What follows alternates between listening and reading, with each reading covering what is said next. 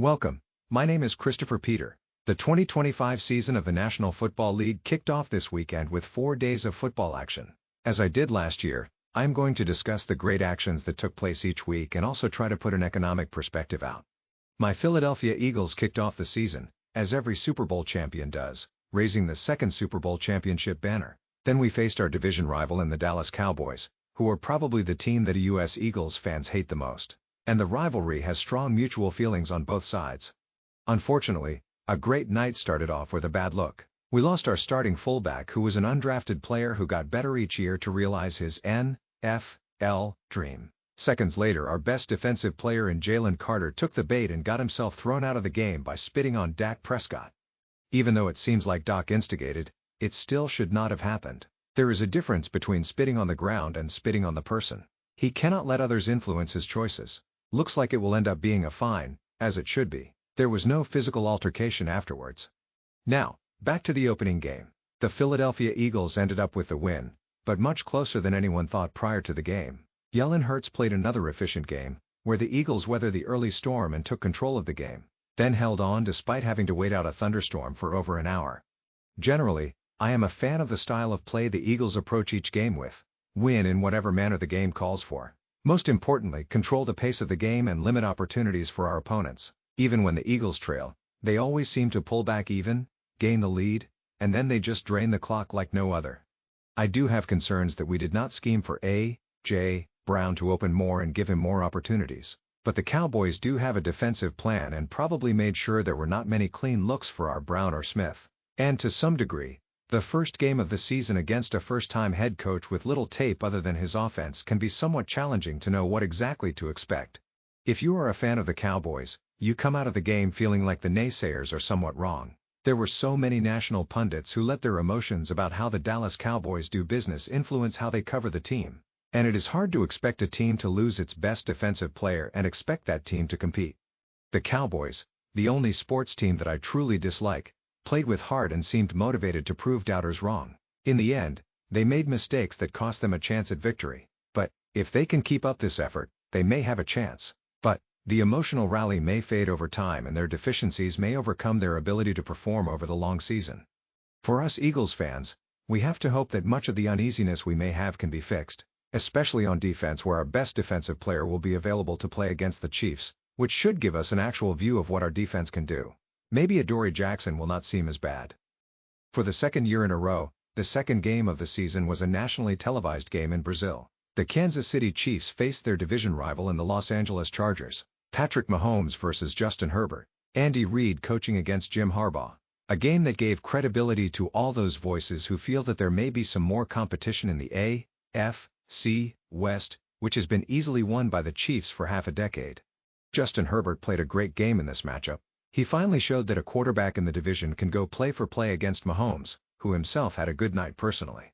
Herbert hit every open receiver and showed he too can run the ball a bit when needed, including the clutch run at the end to seal the game. Mahomes was my pick for the Most Valuable Player award, and he showed that he is putting everything in a game to try to win. He ran the ball, made some spectacular passes only he can do, but the Chiefs did not play well as a whole. They lost worthy once again. Players dropped what seemed like easy catches, just not up to their normal standard on either side of the ball.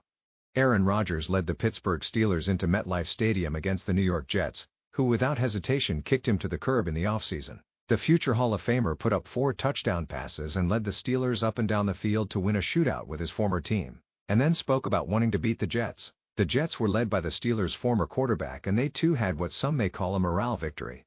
The Washington Commanders continued their strong play with a convincing victory over the New York Giants, who were already facing calls for a quarterback change. Russell Wilson did not play well behind a line that was not effective. Their star wideout was seen frustrated, but it seemed like every top wideout this week was not happy. The Battle of Ohio was a 1-point battle won by the Cincinnati Bengals over the Cleveland Browns. Given the talent on the Bengals, one would assume the score would be much more lopsided in their favor. The Browns have talent as well, but there are still reasons to doubt them. The Bengals spent heavily on the players that were already on their roster. Jamar Chase, T. Higgins, and Trey Hendrickson all received extensions or more money in this year's salary, but there are still the same questions that remain about the team. The defense may still be suspect, meaning the offense will need to be the workhorse. The Browns, led by Joe Flacco on offense, fell only by a single point. The team resolved its abundance at the quarterback position, saw its first-round pick avoid jail time and signed him to a rookie contract just before the season started. They paid Myles Garrett in the offseason and will need help to make the playoffs. The Packers showed that they can live up to the hype that comes with trading for Micah Parsons, as they dominated last season's top seed in the NFC in the Detroit Lions, only needing Parsons for less than half the snaps to show who the new sheriff in the division is with a strong performance at home. The Packers look like a legitimate contender. The Detroit Lions lost both their coordinators and it showed in Green Bay. The offense and defense simply could not get started against the Packers. The Lions may get back on track in the future, as they are heavily talented, but they did not look anywhere near the top seed that dominated last season. The San Francisco 49ers won a close one against the Seattle Seahawks and lost key talent in the game. George Kittle will reportedly miss weeks following a hamstring injury suffered in the game. The Niners already lost a great deal of talent in the offseason as they prepared to pay Brock Purdy. Seeing Deebo Samuel play a key role in the Commanders' win probably did not help much. The Rams and Broncos, both playoff teams a season ago, won close games. Some people have the Broncos winning the Super Bowl and others have the Rams making a deep run in what might be Matthew Stafford's last run with the team. Both won close games. At least in the Rams' case, they were facing stiffer competition in the Texans. The Broncos won close against the Titans. The only team in the NFC South to win was the Tampa Bay Bucks, who beat the Atlanta Falcons in a close game. The Falcons are in the second year of the Penix era and the Bucks are solidly following Baker Mayfield, who has led them to playoff appearances in every season he has worn the jersey. Both teams have a lot of talent, but still think the Bucks will edge them out this year. The Patriots and Raiders played a matchup of two rebuilding teams with new experienced coaches. The Patriots have their third coach in 3 years with Mike Vrabel taking the helm and second-year quarterback Drake May leading the offense. The Raiders brought in former Patriots and Seahawks head coach Pete Carroll to lead the team and traded for Geno Smith to provide stability at the most important position. The Raiders edged out the Patriots in Foxborough.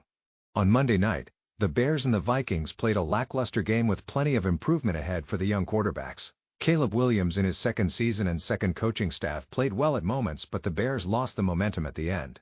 The Vikings finally got to see their first-round pick from the same draft last year in J.J. McCarty, who made his first NFL start after missing last season due to injury. The Vikings stormed back late to pick up the win. The Indianapolis Colts celebrated the life of their late owner Jim Irsay, and they ushered in the Daniel Jones era with a domination of the Miami Dolphins, who are wasting all that high-end talent at wide receiver. Jones flamed out with the Giants, but looked like a franchise quarterback with the Colts in Week 1. Sometimes being in the right place and team makes all the difference. I saved the best for last. The rematch of last year's divisional round playoff matchup between the Buffalo Bills and the Baltimore Ravens did not disappoint, at least if you look at the big picture. For 3 quarters, the Ravens dominated the game. Then fans left the stadium and many like myself expecting a blowout changed the channel for a bit. The Bills stormed all the way back to win the game. You cannot be eliminated from the playoffs or Super Bowl contention in the first week of the season, but the Ravens and Bills were playing for more than just a win. Both franchises and their quarterbacks are sort of mirror images of one another. Players with great ability and teams loaded with talent that have yet to get over the obstacle known as the Kansas City Chiefs. Only the Bengals and the Eagles have overcome them. One could probably expect some changes to the team that does not find a way to reach the big game, as we all know they have the talent to, but have failed to outduel Patrick Mahomes and the Chiefs. This may be the year where the field is more open in the AFC. One of them will need to take advantage. So let us look at the top 3 contenders after Week 1. I think the defending Super Bowl champion Philadelphia Eagles will be in the top 3. The best performance was the Buffalo Bills, so they make the list. And I will add the Packers as the third following Week 1. I still have faith in the Ravens and Chiefs. The Ravens probably have a better overall roster than the Bills, but that win propels them to the top of the mountain. The Buffalo Bills had the biggest challenge in Week 1, facing a loaded roster and 2 MVP quarterbacks leading high-powered offenses. Neither disappointed, but there was only one winner and the Bills were that winner. So both teams are still trending upwards. Let's look at other trending teams. Another team trending upwards is the Los Angeles Chargers. The Kansas City Chiefs are a big foe in their division, who made dominating their division as the foundation for their Super Bowl contention for the past half-decade. The Chargers have a new outlook under Jim Harbaugh and new culture that showed last Friday. Most people probably expected an easy Chiefs win because that is the norm, but the Chargers said no. I truly hate to admit this, but a team that has a more positive outlook coming out of this week is the Dallas Cowboys. They were supposed to be beaten, embarrassed, and exposed in the opener as a moment to pay for their media-deemed sins of not operating under what is deemed normal. They only lost by 4 and my Eagles won but did not cover. The Cowboys should feel better about themselves.